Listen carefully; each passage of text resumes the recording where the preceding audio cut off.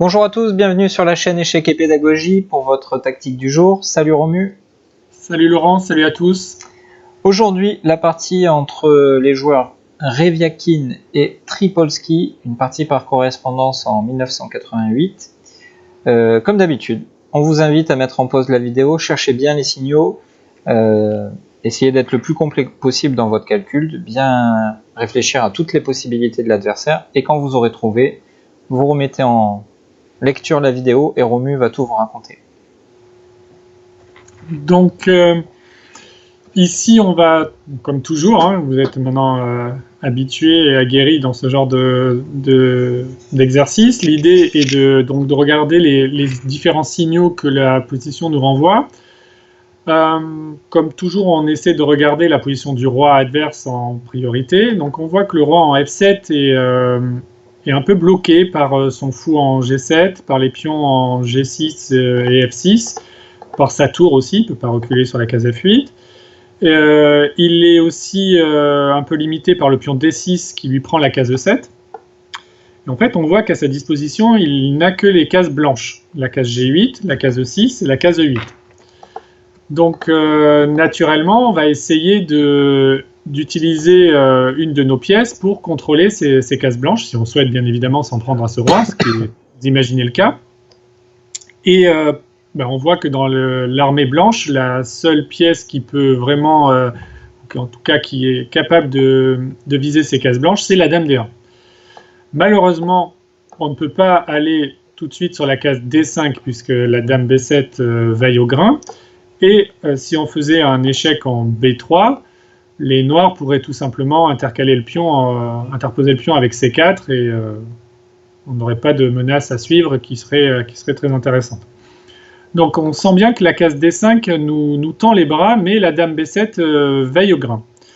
Donc l'autre, c'est un truc à garder en tête et on va voir que dans la suite de la solution, ça sera très utile. L'autre élément aussi très important, c'est la présence de la tour en F1, qui est bien sûr placée en face du roi adverse. Il y a un cavalier au milieu qui gêne un peu l'action, mais quand même, par rayon X, on voit que cette tour vise ce roi. Et donc il y a un pion en F6 qui protège, qui fait office de bouclier pour l'instant, qui défend le pion E5 et qui attaque le fou G5. Donc le premier coup qu'il fallait avoir vu est le coup spectaculaire tour A7. Alors, donc déviation de la dame qui nous dérangeait.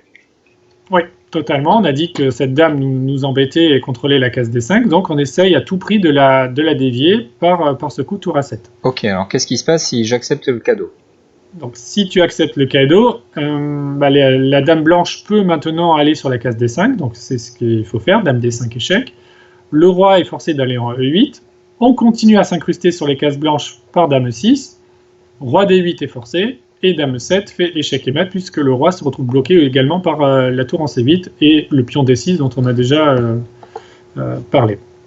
Ok, donc sur tour A7 finalement, je ne peux pas prendre la tour, et je ne peux pas non plus laisser ma dame en prise comme ça. Si je m'en vais n'importe où, je suppose que tour prend D7, gagnant un cavalier va être au moins l'une des méthodes pour prendre un avantage décisif. Donc on peut comprendre finalement que le joueur avec les noirs ait décidé de jouer dame C6. Il n'a pas accepté la tour, il souhaite continuer à contrôler la case D5, je vais y arriver, mais il souhaite aussi continuer à protéger le cavalier. Alors qu'est-ce que tu nous as préparé là-dessus, Romu?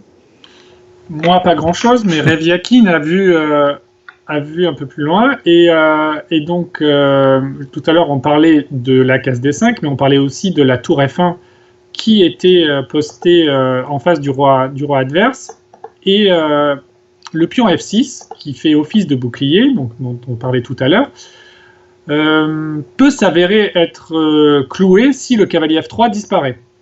Si on enlève le cavalier, le pion F6, on voit qu'il est un défenseur, mais c'est un défenseur qui est cloué, donc c'est forcément quelque chose d'intéressant pour les blancs. Donc maintenant, il suffit de faire une découverte intelligente avec le cavalier, et cette découverte intelligente, c'est le coup cavalier prend E5. Coup qui a l'air très fort, et qui est très fort, puisqu'il utilise le clouage du pion F6, mais également le clouage du cavalier D7, qui est cloué donc par la tour A7. Et après, cavalier prend E5, Les noirs perdent la dame, tout simplement, parce qu'il y a échec. Donc le roi va devoir partir, et ensuite on fera cavalier prend C6, et les blancs vont se retrouver avec un avantage matériel complètement gagnant. Très bien, merci Romu pour ces explications limpides. Vous avez vu que si vous exploitez les signaux que vous envoie la position, vous allez être favorisé pour bien sélectionner vos coups candidats, et après il faudra calculer bien sûr, mais un coup comme tour A7 ne peut se trouver ou ne peut être envisagé que si on a pensé que c'était l'affaiblissement des cases blanches autour du roi noir qui nous intéressait, et notamment cette case en D5.